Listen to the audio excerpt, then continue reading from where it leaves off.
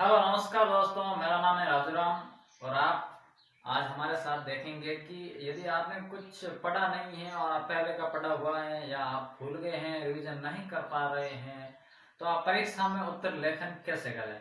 मैं किसी competition exam के बारे में नहीं बता रहा हूँ, क्योंकि वहां पर जो वस्तुनिष्ठ या ऑप्शनल प्रश्न आते हैं उसके बारे में मैं नहीं बता रहा हूँ। मैं आपको बताऊंगा कि जिस तरह की आपकी जो लिखित परीक्षाएं होती हैं उसमें उत्तर को लिखना पड़ता है। जैसे आप कोई बीए कर रहे हो, बीएससी कर रहे हो, बीकॉम कर रहे हो या एमए कर रहे हो, उसमें आपको उत्तर को लिखना पड़ता है। या आपके स्कूल में पढ़ रहे हो तो उसमें आप उत्तर कैसे लिखें।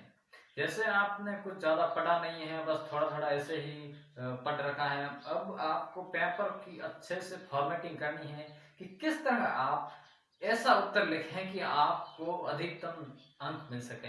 ऐसा नहीं है कि आपको सभी जो पूरी पुस्तक याद है तो आपको पूरे अंक मिल सकते हैं। ऐसा नहीं है कि आपको पूरी पुस्तक याद नहीं है तो आपको पूरे अंक नहीं मिल सकते हैं या अधिकतम अंक नहीं मिल सकते हैं। तो इसके लिए आपको क्या करना पड़ता है, यदि आपको पूरे के पूरे अंक लाने हैं परीक्षा में और एक अच्छा लेखक बनना है या उत्तर जो लिखने की क्षमता आपके अंदर पैदा होनी चाहिए, या आप उत्तर कैसे लिख सकते हैं अच्छा, इसके बारे में आपको जानना सबसे जरूरी है। क्योंकि कई बार ऐसा होता है कि हमें जैसे कोई प्रश्न याद तो होता है लेकिन हम उसको अच्छे से लिख नहीं पाते हैं। किस तरह लिखना है, कैसे नहीं लिखना है, किस चीज से बचना है, ये हमारे लिए सबसे महत्वपूर्ण होता है। ठीक है ना। तो सबसे पहले हम यहाँ देखेंगे कि सदैव सही व सत्य उत्तर लिखें। एक ही बात है, सही व सत्य एक ही बात है। तो कई बार यह होता है कि हम उत्तर इस तरह से लिखते हैं कि हम ये सोचते हैं कि ये चीज हमें शामिल करनी चाहिए इसमें, या ये करनी चाहिए, ये नहीं करनी चाहिए।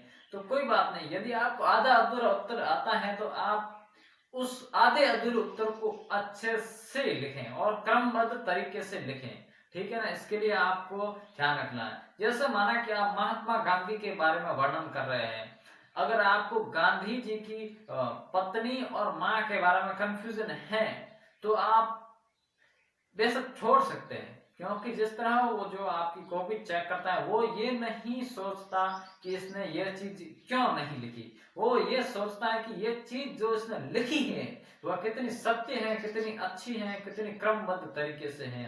जैसे कई बार महात्मा गांधी की जो पत्नी है कस्तूरबा गांधी, उसकी माता का नाम है पुतली बाई। इस दोनों में कंफ्यूजन हो जाता है। यदि इस दोनों में कंफ्यूजन होता है तो आप एक का भी मत लिखिए। ठीक है ना।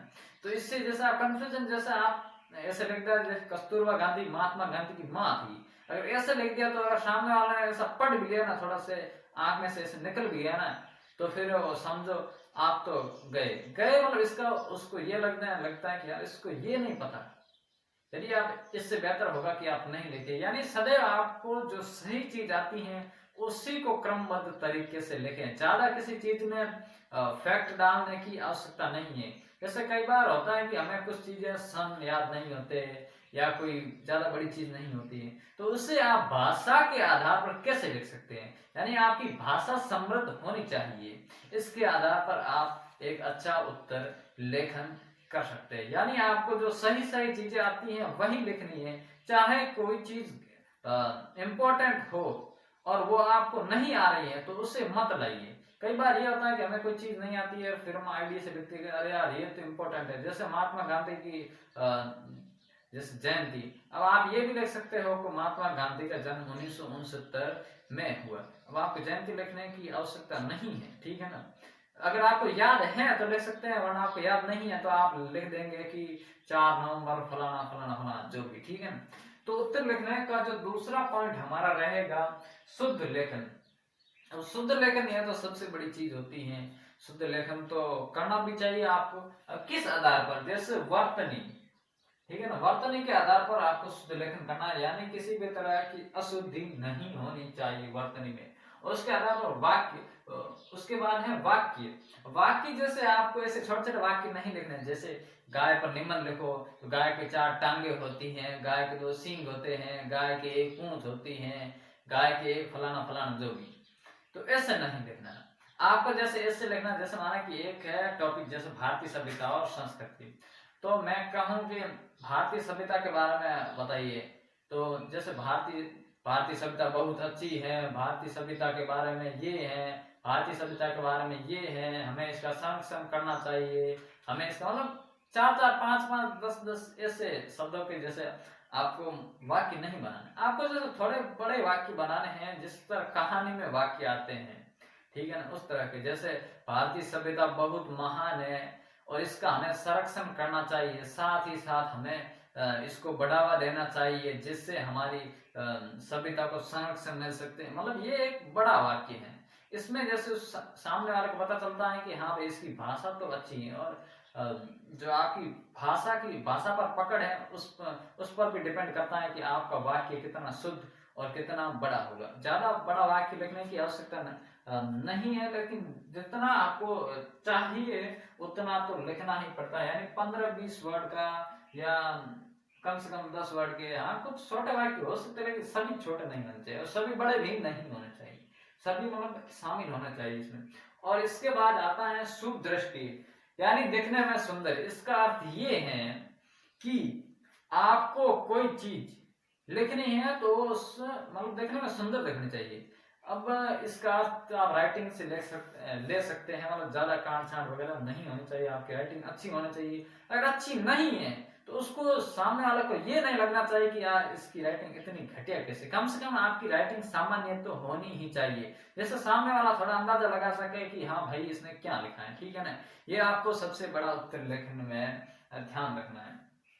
उसके बाद भाषा सरल और शुद्ध, ये बहुत ही इंपॉर्टेंट है। आपकी भाषा ज्यादा जैसे भाषा में ज्यादा देश शब्द नहीं होने चाहिए। जैसे आपको दरवाजा लिखना और आप लिख दे कीवाड़, आप कुछ और लिखना और आप उसमें ये जो देसी भाषा के रोजाना बोलने वाले शब्द ऐसे जो हिंदी में ऐसे शब्द समझ जाते हैं कि अशुद्ध शब्द हैं, ऐसे नहीं लिखने चाहिए। और हमें शुद्ध भाषा लिखनी चाहिए, ठीक है ना। जैसे आप हिंदी लिख रहे हैं तो इसमें ऐसे कुछ मारवाड़ी के शब्द भेज दिए और कुछ इंग्लिश के। कई बार ये होता है कि हम ज्यादा इंग्लिश के जो संपर्क में रहने से हम इंग्लिश के शब्द जैसे कंफ्यूज, कंपटीशन, कंफर्टेबल, ऐसे शब्द हम लिखने लग जाते हैं। तो ऐसे शब्द हमें इन शब्दों से बचना है। यदि हम इस जैसे माना हिंदी के सवाल कर रहे हैं, किसी भी हम जिस मीडियम के हैं, यदि इंग्लिश में है तो उसमें हिंदी शब्दों से बचना है, और हिंदी में है तो उसमें इंग्लिश शब्दों से बचना है और शुद्ध लेखन करना है, ठीक है ना। ये आपको भाषा के तौर पर याद रखना है। और सबसे इम्पोर्टेंट ये बात है कि आपकी भाषा विकसित होनी चाहिए, और भाषा इस आधार पर विकसित होगी कि आप कितना पढ़ते हैं, कितना लिखते हैं, कितना उत्तर लिखने की ट्राई करते हैं, ठीक है ना। आप उत्तर लिखने की ट्राई होनी चाहिए। बिंदु, उपबिंदु और पैराग्राफ।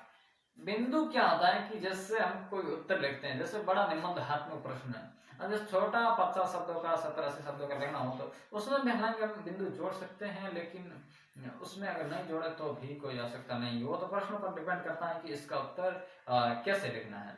तो जैसे बड़ा निबंधात्मक प्रश्न जैसे 300-400 शब्दों का, 250 का, ठीक है ना, या 500 शब्दों का, उसमें हमें बिंदु को शामिल करना है। यानी बिंदु ऐसा नहीं जैसे एक बिंदी लगा दी बस उत्तर लिख दिया, दूसरी बिंदी लगा दी फिर उत्तर लिख दिया, ऐसा नहीं। ऐसा मतलब तरीके से स्टेप बाय स्टेप आप किसके बारे में बता रहे हैं।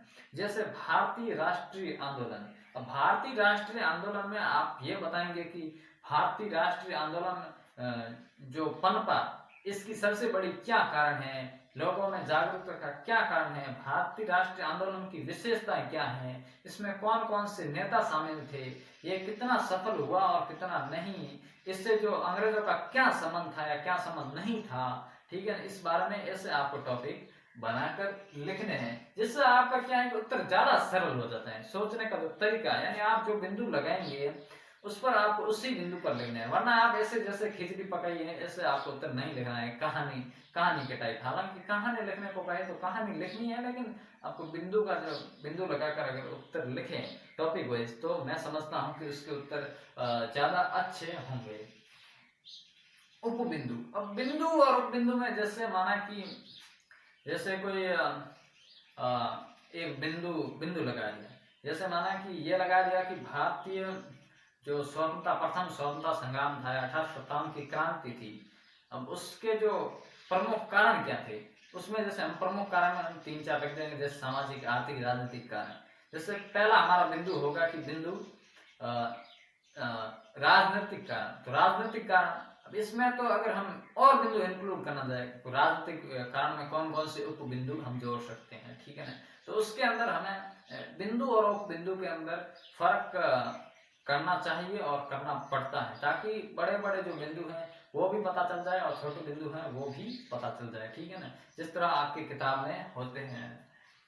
और पैराग्राफ, आप पैराग्राफ का सबसे बड़ा ध्यान रखना है, ऐसे नहीं कि जैसे वो खिचड़ी पकाई ऐसे लिख दिया सीधे ऊपर से नीचे, ना तो कोई लाइनों का कोई डिस्टेंस वगैरह, जैसे माना कि आपको